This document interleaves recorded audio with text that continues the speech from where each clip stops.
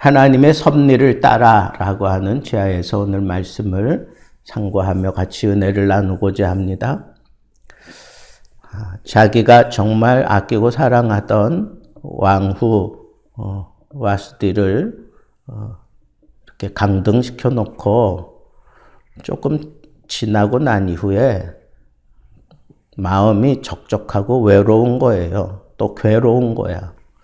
왜냐하면 이 바사 역사상 가장 황금기를 구가하던 왕이 바로 이 아하수에로 왕이에요. 싸움도 잘하고 또 여러모로 두루두루 그 나라를 잘 다스렸어요.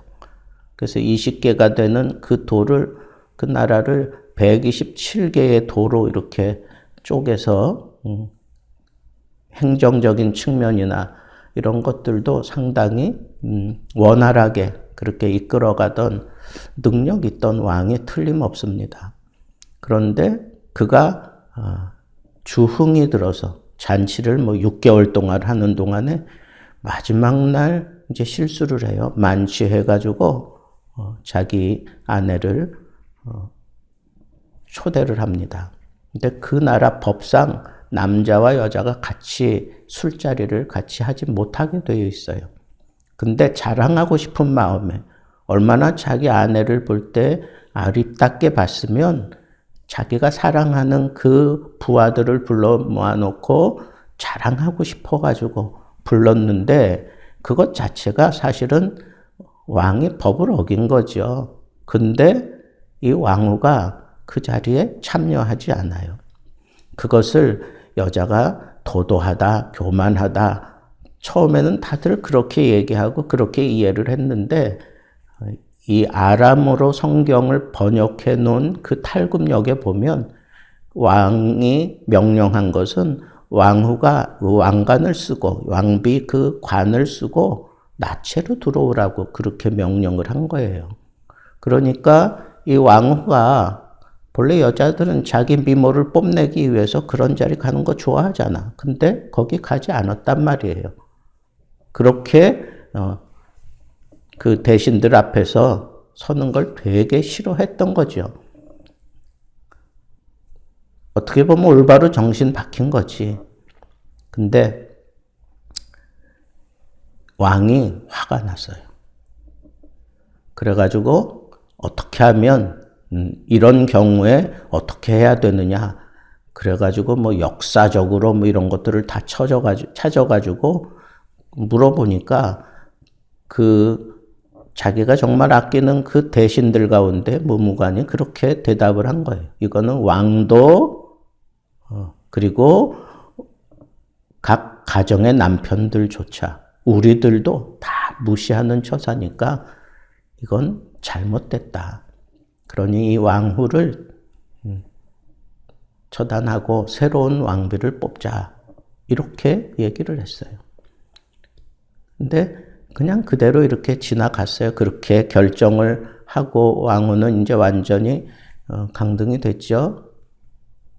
그리고 난 후에 조금 지나고 나니까 원래 이 아하수에로 왕은 좀 변덕이 심한 사람이었어요. 역사적으로. 그러니까 후회를 하는 거야. 자기가 술 먹고 행한 그 행동에 대해서 후회를 하는 기미를 보이자 그런 법안을 들추면서 왕비를 이렇게 몰아냈던 그 신하들이 아주 재빠르게 행동을 하면서 왕이 정말 다시 왕후를 복권하면 그 왕후가 가만히 있겠어요? 그러니까 안 되겠다 싶으니까 빨리 왕비 간택을 하자고. 근데 여러분 원래 왕비를 간택하면 혈통이 있고 가문이 있고 그런 데서 왕비를 정하는 법이잖아요. 어느 나라나 그 마찬가지지. 근데 이 사람들이 실수하는 게 뭐예요? 이 왕에게 아부를 떠느라고 그랬는지 몰라도 전국의 각 도에서 그러니까 127개나 되는 그 각도에서 아리따운 여자를 다 선발해가지고 수상궁에 불러들여서 왕이 보고 결정을 하면 좋겠다고. 그러니까 오늘 성경에 보니까 또 그거는 또 왕이 좋게 여겼대요. 그러니까 이제 각 아리따운 처녀들이 몰려들었는데 그 중에 유대 민족의 딸 에스더가 거기 포함되어 있었어요. 에스더가 용모가 아름답고 그리고 참 그 순종하기를 좋아하는 딸이다라고 우리가 이렇게 생각할 수 있는 것은 그는 본래 부모가 일찍 죽었어요. 그래서 고아야. 근데 그 어릴 적에 자기와 사촌지간인 모르드게가 나이가 많았겠죠. 그러니까 거둔 거예요. 걷어서 성경에 보니까 아비처럼 그 딸을처럼 그렇게 지내게 된 거죠. 그러다가 이런 조소가 떨어지니까 모르드게의 청에 의해서 그렇게 했으리라고 생각해요. 그러니까 이 에스더가 거기에 동참하게 된 거예요. 참 신비로운 게 맨 처음 여자들을 선발하는 그 헤게라고 하는 그 내시가 유독 이 에스더를 마음에 들어 했어요. 그래서 후궁 7명을 붙여주고 1년 동안 이제 몸을 정결케 하는 시간이 있어요. 왕 앞에 서기 위해서는. 그러니까 1년 동안 이제 그런 신부 수업을 받는 거죠. 그러면서 그 헤게가 그렇게 선발된 모든 그 여자들에게 물품을 주는 거예요. 몰약을 주고 거기에 상응하는 그런 물품을 주는 거예요. 6개월 동안 몰약으로 그리고 또 무슨 향품으로 그렇게 이제 1년 동안 이제 쓰게 되는데 이제 드디어 1년이 돼서 왕 앞에 서게 될 때에는 이제 또 이 처녀들이 나는 이게 필요하다, 나는 이 크림이 필요하다, 뭐 이제 이런 것들을 자기 몸에 잘 맞는 거, 그리고 남들에게 잘 보이고 향이 좋은 것들을 더 원하는 대로 잔뜩 가져갈 수 있는 그런 권한을 줘요. 그래서 여자들마다 다 그거 가져가지 않았겠어요? 그런데 이 에스더는 다른 걸 취하지 않아요. 헤게가 준 그것만 딱 하고는 또다시 거기다 뭘 덕지덕지 바르고 뭐 향을 덮고 이러지 않았다고 그렇게 얘기를 해요. 그 얘기는 뭐예요? 아무리 좋은 것을 많이 써도 왕의 마음에 들지 않으면 그건 말짱 도루묵이다 이거예요. 근데 아니나 다를까 에스더를 딱 보고 모든 여자보다 더 좋게 여긴지라 그래요. 더 좋게 여긴지라. 왜 더 좋게 여겼을까? 이런 것들은 이제 궁금하게 생각하고 에스더가 상당히 순종적인 여인이지 않았을까? 그리고 자기를 치장하는데 어떤 화장품에 의존하지 아니하고 자기의 성품과 자기의 어떤 그 내면의 아름다움을 추구하는 여자가 아니었을까 하는 그런 생각들을 할 수 있겠죠. 그래서 왕이 주저하지 아니하고 그냥 곧바로 왕비로 삼아요. 그리고는 온 나라에 혜택을 줍니다. 세금을 면하게 해주고 이런저런 혜택을 주면서 왕비가 이제 새로 등극했다고 하는 것을 알리는 그런 기쁨을 표출하고 있는 모습이 오늘 본문의 모습입니다. 저는 오늘 본문 말씀을 이렇게 좀 봤으면 좋겠어요. 이게 그냥 한 인생의 역전 드라마 아니면 무슨 신데렐라가 되는 그런 모습으로 보자는 게 아니라 될 수 없는 것을 되게 만드는 하나님의 깊은 섭리가 여기 담겨져 있다라고 하는 거예요. 하나님의 섭리가 여기 담겨져 있다. 첫째는 원래는 이 왕비를 간택할 때에는 이 귀족 출신 가운데에서 왕비를 세우게 되어 있어요. 그런데 왕이 그리고 그 신하들이 급한 나머지 전국에 있는 모든 처녀들을 다 불러들여서 그러니까 각도에서 아리따운 여인들을 다 불러들여서 다른 조건 없어. 여기에 무슨 귀족이다 아니면 무슨 어떤 가문, 뭐 이런 거 따지지 않았어요. 자기가 가진 스펙이 어떤, 이런 거 따지지 않았어요. 그냥 하나, 조건 하나 뭐예요? 아리따운 처녀. 아리따운 처녀면 그 도에서 인정받는 아리따운 처녀, 자랑할 만한 아리따운 처녀면 불러들이라고 그랬어요. 그래서 그때 에스더도 거기 동참하게 되는 거예요.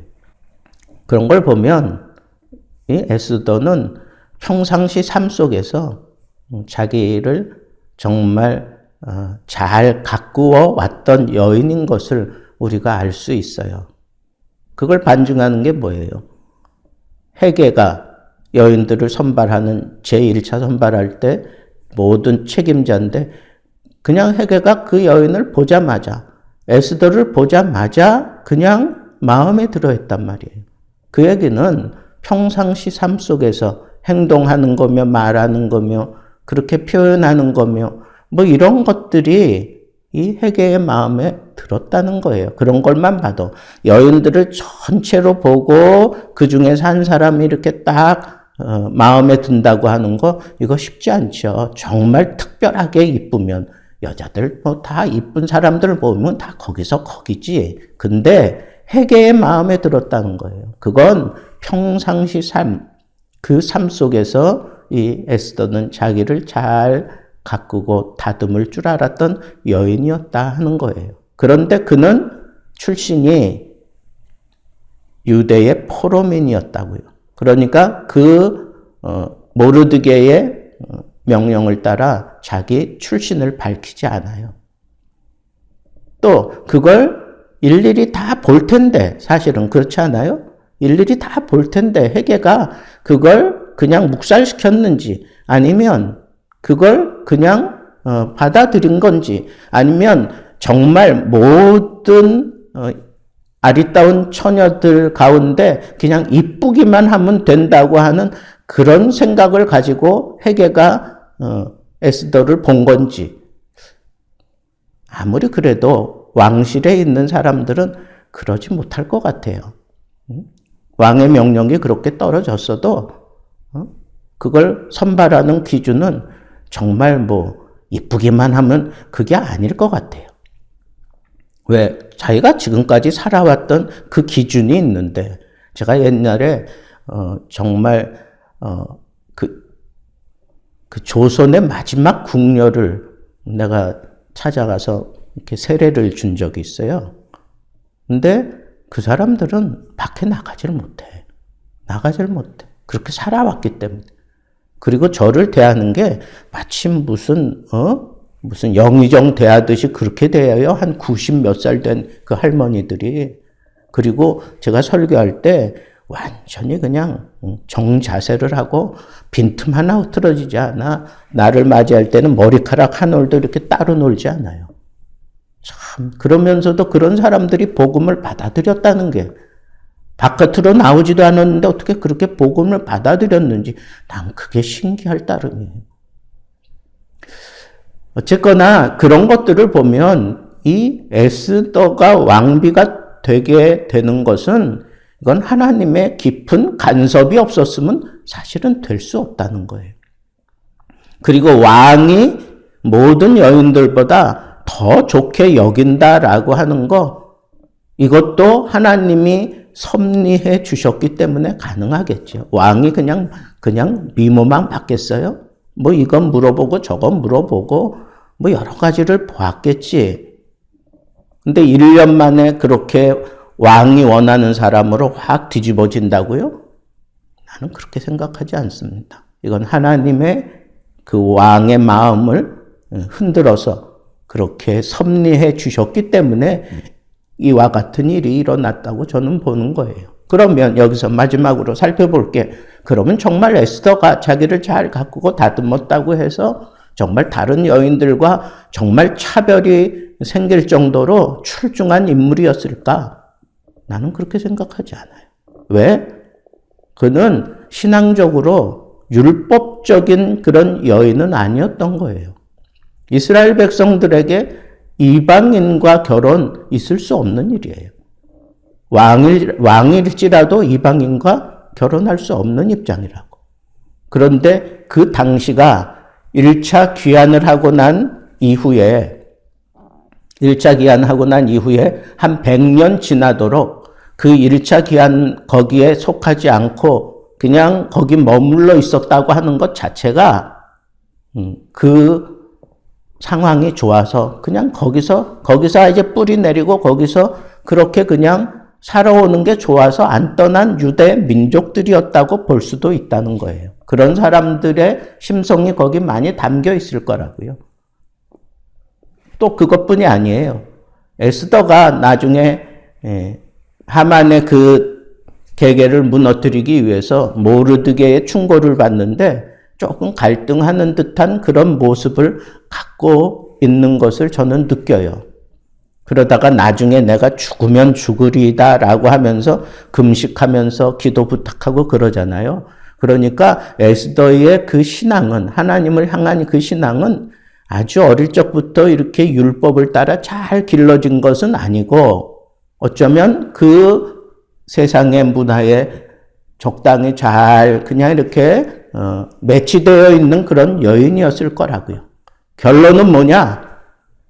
부족할지라도 하나님의 기준에 볼 때, 신앙적인 그런 기준에 볼 때 정말 허점투성이고 부족한 그런 여인일지라도 하나님이 그 여인을 세우고자 하지 않았다면 이런 일들이 일어날 수 없었어요. 급하게 왕의 마음을 진정시키기 위해서 그 대신들이 이렇게 이상한 그런 법안을 만들어 놓고 조소를 내리게 하고 그리고 거기에 여인들을 총관자라는 여인이 에스더를 좋아하게 되고 잘 꾸며진 1년 이후에 왕 앞에 섰을 때 다른 여인들보다 더 좋은 향품을 쓰고 더 좋은 걸 가지고 치장한 여인들보다 그 사람들은 나름대로 기품이 있었지 않았겠습니까? 그런데도 불구하고 에스더를 더 좋게 여기게 만들어 놓으신 것은 하나님이라는 거예요. 그러면 우리는 이 삶을 살아갈 때 내가 부족하다고 나는 생각할 때 이렇게 할 수 없다고 그런 상황들을 앞세우면서 하나님의 뜻이 주어졌을 때 그것을 차일피일 미루거나 그것을 의심하거나 그것에 뛰어들지 못하는 어리석은 모습을 보여서는 안 되는 거예요. 하나님이 쓰신다 그러면 쓰는 거지. 무슨 다른 문제가 있겠어요? 하나님이 하신다 그러면 하는 거예요. 또 하나는 우리가 이 세대를 살면서 정말 우리가 눈을 떠야 되는 그 상황은 우리 앞에 펼쳐지는 상황이 아니라 이 가운데에서 하나님은 나에게 뭘 원하시는가요? 이 상황 속에서 하나님은 나에게 뭘 원하시는가? 그걸 볼 수 있는 통찰력이 생겨야 돼요. 하나님의 섭리는 도대체 뭘까? 나에게 이렇게 계속 실패하게 만들고 내가 이런 어려움 속에서 힘들고 괴로움 속에서 병까지 얻었는데 여기에도 분명히 하나님의 뜻이 있겠지. 내가 하나님의 백성인데 내가 하나님의 자녀인데 하나님의 뜻은 무엇일까? 하나님의 그 섭리는 무엇일까? 그걸 볼 수 있는 우리의 영안이 열려져야 되겠다 하는 거예요. 그래야 내가 하나님께 궁극적으로 붙들려 쓰임을 받는 그리고 하나님의 뜻대로 모든 것을 풀어가시는데 앞장설 수 있는 주인공이 된다고 하는 이 사실을 생각하시고 하나님의 섭리에 익숙한 사람들 되기를 우리 주님의 이름으로 축복합니다.